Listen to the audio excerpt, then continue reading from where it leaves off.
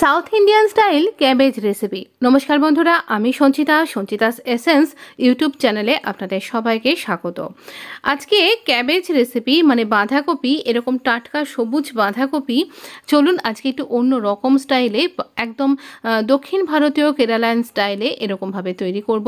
খেতে অপূর্ব লাগবে, আমি নিজে ওখানে খেয়ে দেখেছি, ভীষণ সুন্দর লাগে। তাই রেসিপিটা একটুখানি ইন্টারনেট ঘেঁটে, ইউটিউব ঘেঁটে ভালো করে জেনে নিয়ে আপনার সাথে আমার মতন করে পরিবেশন করছি। কড়াইটা খুব ভালো করে গরম করে নেব। এখানে আপনি যে কোনো তেল ব্যবহার করতে পারেন, আমি এখানে মাস্টার্ড অয়েল দিলাম। এখানে এই রকম, এটা কিন্তু টিস্পুনের মাপে এরকমভাবে তেল দিচ্ছি। আচ্ছা, এবার তেলটা ভালো করে গরম করতে দেব।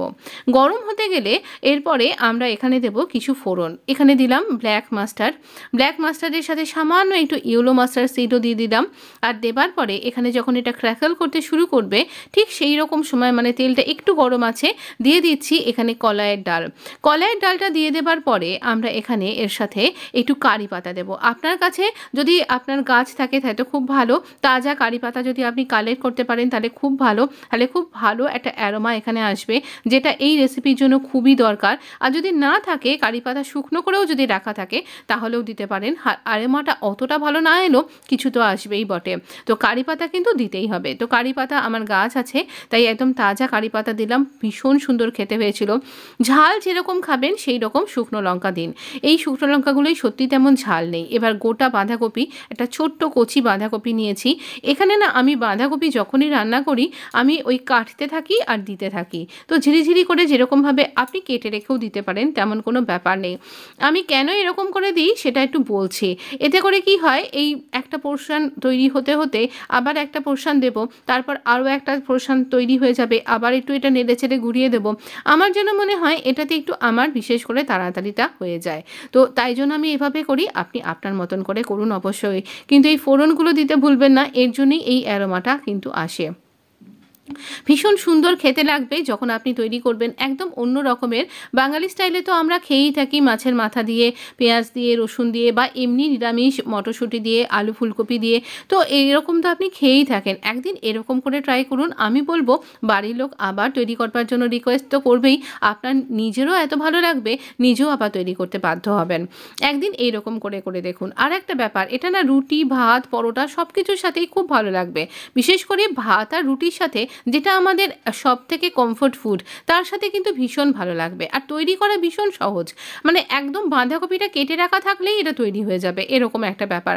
আমি তো এখানে কেটেও রাখিনি, তৈরি কাটতেই করছি আর নাড়াচাড়া করছি। এইরকমভাবে একটা পোর্শন যেই হয়ে যাচ্ছে, আর একটা পোর্শন আবার দিয়ে দিচ্ছি। আমার বাঁধাকপিটা পুরোটা কাটা হয়ে গেছে, দিয়ে দিলাম এখানে পরিমাণ মতো নুন আর একটুখানি হলুদ অবশ্যই দিতে হবে। তো দিয়ে ভালো করে নাড়াচাড়া করব। বাঁধাকপিটা এতটাই কচি ছিল, এটা নাড়াচাড়া করতে করতেই এটা সেদ্ধ হতে শুরু করে দিয়েছে। আর এর থেকে নুন দেবার পর বেশ খানিকটা এরকম জুস বেরোতে শুরু করে দিয়েছে। এই রকম পর্যায়ে যখন বাঁধাকপি নিজের জুসটা ছেড়ে দেবে, আমি দিচ্ছি এখানে ডেসিকেটেড কোকোনাট, এরকম বড় 1 চামচ মতন, তো একটা হাতার সাইজ বলতে পারেন আপনি। তো আপনার কাছে যদি তাজা নারকেল থাকে, যেটা আমার কাছে সবসময় অ্যাভেলেবল হয় না, তাই আমি ডেসিকেটেড কোকোনাট দিই, এতে করেই খুব সুন্দর টেস্ট হয়েছিল। তাজা নারকেল দিলে এর টেস্ট আরও অনেকখানি এনহ্যান্স হয়ে যাবে। আমি বলবো যদি থাকে অবশ্যই দিন, না থাকলে আমার মতন ডেসিকেটেড কোকোনাটও ব্যবহার করতে পারেন। নারকেল আর এর অন্যান্য যে ইনগ্রিডিয়েন্টসগুলো আমি ফোড়নে দিলাম, সেগুলো অবশ্যই ব্যবহার করুন, ভীষণ সুন্দর খেতে লাগবে। আমি এখানে একটু চিনি দিলাম, যেটা ওরা কিন্তু দেয় না। ওরা এখানে একটু তেঁতুলের টকও দেয়, তো আমি সবাই এটা দেয় না, এটাও ঘটনা।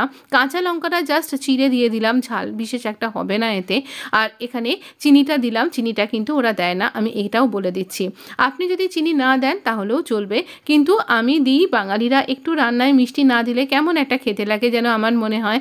তো অবশ্য করি আপনার স্বাদ অনুযায়ী এই চিনিটা ব্যবহার করবেন বা করবেন না।